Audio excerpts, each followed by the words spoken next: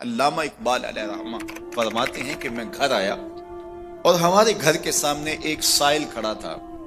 سائل چوں قضائے مبرم ہے، جس طرح قضائے مبرم ہوتی ہے، ٹلتی نہیں ہے، اس طرح وہ ٹلنے والا ہی نہیں تھا. میں نے اس کو لا کہا بابا چلا جا، معاف کر، لیکن وہ ضد کر کے گھر کے دروازے کے اوپر کھڑا تھا. میں لاؤبالی کی عمر تھی تو سکول سے آیا تھا، میرے ہاتھ میں چھوٹی سی چھڑی تھی تو میں نے اس کے کاسے کے اوپر ماری تو وہ کاسا ٹوٹ کے گر گیا اور اس کے اندر جو سارے دن کی ریزگاری جمع کی تھی وہ بھی بکھر گئی.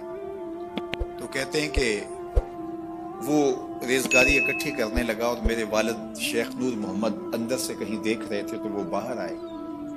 انہوں نے وہ ریزگاری اکٹھی کر کے اس کو دی اور اس کو اور پیسے دیے اور اس سے معذرت کی اور اس کو رخصت کیا اور مجھے بازو سے پکڑ کے اندر لے گئے. اقبال کہتے ہیں میں نے ساری زندگی اپنے والد گرامی کو یوں بلک بلک کے روتے نہیں دیکھا تھا. میرے والد نے مجھے بٹھا لیا اور کہنے لگے کہ اقبال، اگر قیامت کے دن رسول اللہ نے پوچھ لیا کہ تیرا بیٹا فقیروں کے کاسے توڑتا تھا تو بتا میں حضور کو جواب کیا دوں گا. تو کہتے ہیں کہ بس وہی لمحہ میری تربیت کا تھا. بلکہ اقبال پھر ساری زندگی کہا کرتے تھے نام تو از پدر آموختم، حضور آپ کا نام، آپ کی محبت میں نے اپنے باپ سے سیکھی. یعنی حضور کا سامنا کیسے کروں گا. اور پھر یہ اقبال کے کلام میں آخر تک یہ چیز آتی ہے کہ کیسے حضور کا سامنا ہوگا. تو غنی از ہر دو عالم من فقیر، روز محشر عذرہائے من پذیر، گر تو می بینی حسابم ناگزیر، از نگاہ مصطفیٰ پنہا بغیر.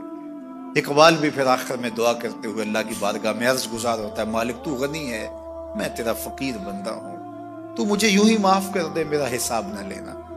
لیکن اگر میرا حساب لینا بڑا ضروری بھی ہوا تو یہ مہربانی کرنا حضور کے سامنے نہ لینا، میں حضور کو کیا منہ دکھاؤں.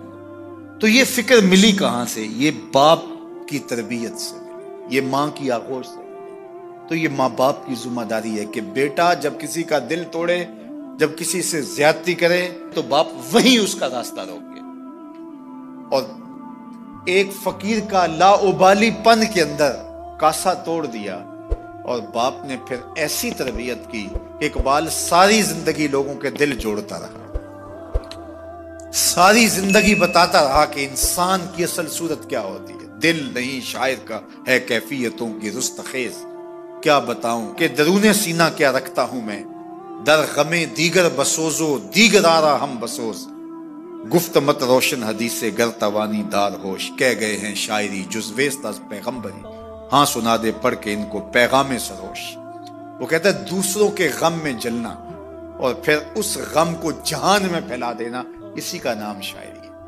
پھر اقبال نے وکری شاعری کی، شاعر تو اور بھی ہیں لیکن اقبال کہتا ہے شاعری از مثنوی مقصود نیست، بت فروشی بت گری مقصود نیست، کشتائے انداز ملا جامیم، نظم و نثر او علاج خامیم. وہ کہتا ہے کہ میں یہ بت نہیں بنا رہا کہ یہ غزلیں تراش کے اور یہ نظمیں تراش کے لوگوں سے داد وصول کرو. بلکہ کسی نے اقبال کو کہا یار کوئی غزل تو سناؤ، تو اقبال رو پڑا، کہا حضور میں اپنے شعروں کی داد قیامت کے دن آپ سے ہی لوں گا. یارا مرا غزل خانے شمردن، یاروں نے تو مجھے غزل خان سمجھ لیا، میرا تو مقصد ہی اور ہے. بلکہ ان شعراء پہ تنقید اقبال نے کی، عشق و مستی کا جنازہ ہے تخیل ان کے اندیشہ تاریخ میں قوموں کے مزار، چشم آدم سے چھپاتے ہیں مقامات بلند، کرتے ہیں روح کو خوابیدہ بدن کو بیدار. ہند کے شاعر و صورت گر و افسانہ نویس، آہ بیچاروں کے اعصاب پہ عورت ہے سوار. ہر وقت لب و رخسار کے تذکرے، ہر وقت نشیلی آنکھوں کی کہانیاں، ہر وقت قدے رانا کی باتیں. کہا تم اس خول سے نکل ہی نہیں رہے، تمہاری شاعری صرف ایک عورت کے گرد گھوم رہی ہے جس نے اس کو تخلیق کیا، اس خالق کے جلوے بھی تو دیکھو نا. تو اقبال پھر اقبال بنتا ہے اور اس کو یہ شعور، یہ آگہی، یہ نور ملتا کہاں سے ہے؟ یہ باپ سکھاتا ہے. باپ کے بعد پھر مولوی میر حسن ملتا ہے جو استاد اقبال کو اقبال بنا دیتا ہے. تو یہ ماحول انسان کو سکھاتا ہے. تو میں اور آپ دیکھیں کہ ہم اپنی اولاد کو کیا دے رہے ہیں. تو کبھی بھی اپنی اولاد کو اس کی اجازت نہ دیں کہ وہ کسی کمزور پر ظلم کرے. جب کمزور پر آپ کی اولاد ظلم کرتی ہے، زیادتی کرتی ہے، تو پھر وہ بڑی ہو کر کے ظالم بنے گی، جابر بنے گی۔ لیکن یہ بات ذہن میں رکھیے کہ نذرانے کا جو تصور ہے مشائخ کے ہاں، اس کی بھی ایک حکمت ہے۔ یہ ایک بہت بڑی NGO ہے۔ سارے مریدین نے آ کے اپنی حاجت اپنے پیر سے کہنی ہوتی ہے۔ میری بیٹی جوان ہے، شادی کا انتظام نہیں، حضرت آپ دعا کر دیجیے۔ مرید تو کہہ کے چلا گیا، پیر تڑپتا رہا کہ میں کیسے انتظام کروں اس کا۔ صرف ہاتھ اٹھا کے دعا ہی نہیں کرنا تھا، اس کی دوا بھی کرنی تھی۔ اب دوسرا مرید آیا جو امیر تھا، تو اس نے نذرانہ پیش کیا تو پیر کا دل خوش ہو گیا کہ میرے اس غریب مرید کا کام بن گیا۔ پھر اس کو بلایا اور چپکے سے اس کی عزت نفس کو ملحوظ رکھتے ہوئے اس کے ہاتھ میں دے دیا کہ بیٹا جاؤ اور اپنی بیٹی کی شادی کر لو۔ یہ ایک بہترین طریقہ کار ہے، غریبوں کو دو اور امیروں سے لو۔ لیکن یہ تو ان سے بھی لے لیتے ہیں جن کے گھر میں جو ہے وہ نان شبینہ بھی میسر نہیں ہے۔ کبھی آپ نے دیکھا ہے کوا بعض اوقات بچوں کے ہاتھ سے روٹی چھین کے لے جاتا ہے، تو یہ اس کوے کی طرح ہوتے ہیں کہ غریبوں سے بھی نذرانہ لے لیتے ہیں، جبکہ ان کے پھٹے ہوئے کپڑے اور ان کی حالت بتا رہی ہوتی ہے کہ یہ مزدور بیچارہ پتہ نہیں آج ان کے گھر میں چولہا بھی جلا ہے یا کہ نہیں۔ علامہ اقبال کا معروف واقعہ ہے کہ وہ بیٹھے تھے میکلوڈ روڈ والے مکان میں، تو ایک صاحب آئے ان کے پاس جو بہت بڑے پیر تھے اس زمانے کے، تو ان کا ایک مرید لاہور کے دوسرے کونے میں رہتا تھا، تو اسے پتہ چلا کہ میرے پیر صاحب علامہ اقبال علیہ رحمہ کے مہمان بنے ہیں، تو وہ ملنے کے شوق میں آیا اور اس نے کہا کہ حضرت بیٹی جوان ہے اور جن کے ہاں رشتہ طے کیا ہے وہ شادی کا کہہ رہے ہیں، اور میں پہلے ہی 100 روپے کا مقروض، اس زمانے میں 100 روپیہ بھی بڑا ہوتا تھا، اور مزید شادی بھی کرنی ہے، کوئی دعا کیجئے، اور اپنا دکھڑا سنایا۔ پیر صاحب نے ہاتھ اٹھائے، دعا کی اور اس کو کہا بیٹا آپ کو اجازت ہے۔ اس نے جیب میں ہاتھ ڈالا اور ایک 10 روپے کا نوٹ نکالا اور پیر صاحب کو نظر پیش کی۔ انہوں نے چپکے سے لے کے جیب میں ڈال دیا۔ اقبال کی بے ساختہ ہنسی نکل گئی۔ خیر مرید صاحب سامنے تھے تو پیر صاحب نے اس وقت تو کوئی بات نہ کی۔ جب مرید صاحب تشریف لے گئے تو اقبال سے پوچھنے لگے پیر صاحب آپ کیوں ہنسے تھے؟ کہا حضرت میں آپ کی دعا کی قبولیت پہ ہنسا تھا۔ تو آپ کو کیسے پتہ چل گیا میری دعا قبول ہو گئی؟ کہا حضرت جب آپ نے دعا نہیں کی تھی وہ 100 روپے کا مقروض تھا، جب آپ نے دعا کر دی 110 کا مقروض ہو گیا۔ اب اس کو تو دینا چاہیے تھا لیکن آپ نے اس سے بھی لے لیا۔ تو اس پر اقبال نے کہا تھا ہم کو تو میسر نہیں مٹی کا دیا بھی، ہم کو تو میسر نہیں مٹی کا دیا بھی، گھر پیر کا بجلی کے چراغوں سے ہے روشن۔ کم بیش دلہ جو کہہ سکتے تھے رخصت ہوئے، رہ گئے قبروں پہ مجاور اور گور کن۔ میراث میں آئی ہے مسند ارشاد ان کو، زاغوں کے تصرف میں عقابوں کا نشیمن۔ نذرانہ نہیں سود ہے پیران حرم کا، نذرانہ نہیں سود ہے پیران حرم کا، ہر خرقہ سالوس کے اندر ہے مہاجن۔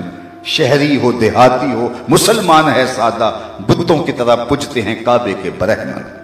اقبال نے ایک بات لکھی ہے، اقبال کہتے ہیں جب میں لندن میں وکالت کرتا تھا تو ایک خاتون تھی، لیڈی بارنس اس کا نام تھا۔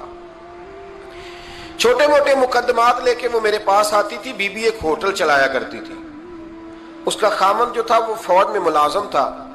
اقبال نے خود لکھا ہے، اقبال فرماتے ہیں کہ ایک دن وہ خاتون پھر کسی کیس کے سلسلے میں میرے پاس آئی، تو جب وہ آئی تو اس نے نقاب اوڑھا ہوا تھا، برقع کیا ہوا تھا۔ تو چونکہ اس نے نقاب اوڑھا تھا مسلمانوں کی نشانی تھی۔ نقاب اوڑھنا کن کی نشانی ہے؟ اللہ آپ کو خوش رکھے۔ تو کہتے ہیں وہ نشانی چونکہ اہل اسلام کی تھی تو مجھے تجسس ہوا۔ میں نے کہا لیڈی خیریت ہے؟ میم صاحبہ یہ برقع پہنا ہوا ہے؟ تو کہتے نہیں، ہنس کے اقبال مجھے پکا یقین تھا کہ آپ ضرور پوچھیں گے۔ تو میں نے کہا اچھا تو یہ برقع؟ تو کہنے لگی الحمدللہ میں مسلمان ہو گئی۔ تو میں نے فوراً کہا کہ آپ کا شوہر تو فوج میں ملازم ہے، فوجی کے لیے بدلنا اور پھر ملکی قانون اور یہ چیزیں۔ تو کہنے لگی اس نے مجھے کیا کہنا تھا، وہ خود کلمہ پڑھ گیا۔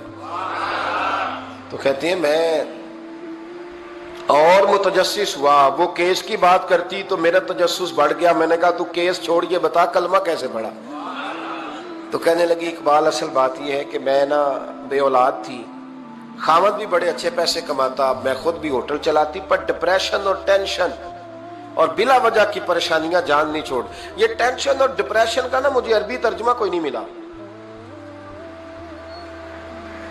یہ ڈپریشن اور ٹینشن کا نا میں نے تلاش کیا ہے، لیکن مجھے عربی لغت کے اندر ان کے معنی مجھے لگتا ہے کہ اس زمانے میں یہ چیزیں تھی ہی نہیں. ہوتی تو ان کا کوئی نام بھی، یہ آج ہے نا تو اس لیے آج کے زمانے میں ہی نام ہے مفت کی پریشانی. تو کہتی ہے مجھے ٹینشن اور ڈپریشن رہتی تھی ہر وقت، بڑی میں پریشان رہتی تھی. میرے ساتھ ایک عجیب واقعہ ہوا کہ میرے ہوٹل میں نا ایک بابا جی برتن مانجتے تھے، بوڑھے آدمی تھے، 70 سال کے قریب عمر تھی. ان کا ایک بیٹا تھا، ایک بہو تھی، ایک پوتا تھا، لیکن وہ بیچارے بیٹا بیمار رہتا تھا تو لہٰذا وہ خود مزدوری کرتے. کہتے ہیں ایک دن وہ بابا جی میرے پاس آئے، کہنے لگے میم صاحبہ 2-4 دن کی چھٹی چاہیے. تو میں نے کہا خیریت ہے؟ کہنے لگے میڈم میرا بیٹا فوت ہو گیا. بیٹا، آپ کو پتہ ہے باپ کا جنازہ پڑھنا آسان ہے، بیٹے کا جنازہ اٹھانا بڑا مشکل کام. کہتی ہے میں کچھ لکھ رہی تھی، میرے ہاتھ سے قلم گر گیا. میں نے خود گاڑی بھیجی، بابا جی گاؤں چلے گئے جہاں وہ رہتے تھے. کہتی 2-3 دن کے بعد میں اور میرا شوہر گئے تو رستے میں ہم باتیں کر رہے تھے کہ کیا تعزیت کریں گے. ایک ہی بیٹا تھا، کوئی رشتہ دار بھی نہیں، تو اس کی تو کائنات اجڑ گئی، کن لفظوں سے اسے تعزیت کیا کہیں گے. کہتے جب ہم گئے تو وہ ٹوٹی ہوئی چٹائی پہ بیٹھا تھا، کچھ لوگ قریب تھے. ہم نے جا کے کہا بابا آپ مسلمان ہیں، ہم آپ کو کیا نصیحت کریں، ایک ہی بیٹا تھا، کہ کس طرح کر کے ہم آپ کو تسلی دیں. تو کہتے اس نے آنکھیں کھولی، بوڑھی آنکھوں میں ایمان کی روشنی. کہنے لگا بی بی کیا تعزیت کی بات کرتی ہو، میں نے کوئی پیسے جمع کرا کے بیٹا لیا تھا، خدا نے فضل سے دیا تھا، عدل سے لے گیا ہے.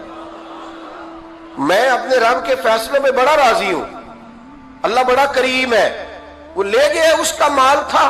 آپ یقین کریں ہمارے دیہاتی لوگ یہ کہا کرتے تھے، میں نے کانوں سے سنا ہے.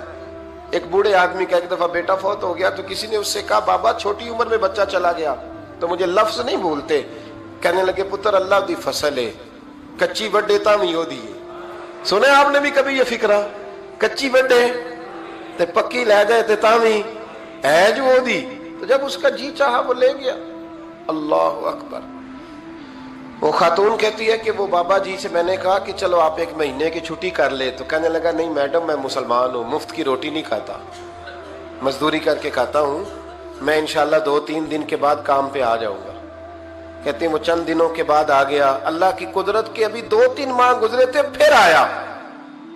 میڈم چھٹی چاہیے کچھ دنوں کی. میں نے کہا خیریت ہے؟ کہنے لگے وہ میری بہو بھی ہارٹ اٹیک سے فوت ہو گئی.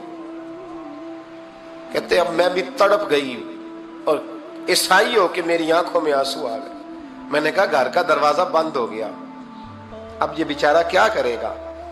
وہ اپنے شوہر کے غم میں ہارٹ اٹیک سے فوت ہو گئی. کہتے ہم پھر 2-3 دن کے بعد تعزیت کے لیے گئے. پھر ٹوٹی ہوئی چٹائی، بوڑھا نہ اپنی انگلیوں سے زمین پر کچھ بنا رہا ہے. کہتے قریب گئی اور میں نے جا کے کہا بابا اب تو تسلی آپ نے خود ہی کرنی ہے، جو نظام تھا وہ تو ہو گیا. تو کہتے ہیں پھر اس نے آنکھیں کھولی، آسمان کی طرف دیکھا تو کہنے لگا بیٹی کوئی پریشانی نہیں، میرا بیٹا بغیر شادی کے بھی تو فوت ہو ہی سکتا تھا نا، بس میرے مالک نے جب چاہا جیسے چاہ ہوا. میں انشاءاللہ 2-4 دن کے بعد کام پہ آؤں گا. یہ میرا 3-4-5 سال کا پوتا ہے، ابھی اسکول داخل ہوا ہے، میں ساتھ لے آؤں گا، وہاں میرے ساتھ اوپر کوارٹر میں جہاں میں رہتا ہوں یہ بھی رہے گا. کہتی ہے میں سختے میں آ گئی اس کی کیفیت دیکھ کے. وہ پوتے کو ساتھ لے آیا. کبھی کبھی میں دیکھتی چھت پہ کھڑے ہو کے کہ دادا گھوڑا بنا ہوا ہے اور پوتا سواری کر رہا ہے. وہ سویرے اٹھتا اس کو سکول چھوڑ کے آتا، شام کو لے کے آتا، پیار کرتا، محبت کرتا. 3ری منزل پر ہم نے کوارٹر دیا ہوا تھا، وہاں دادا پوتا رہتے. اللہ تو بڑا بے نیاز ہے.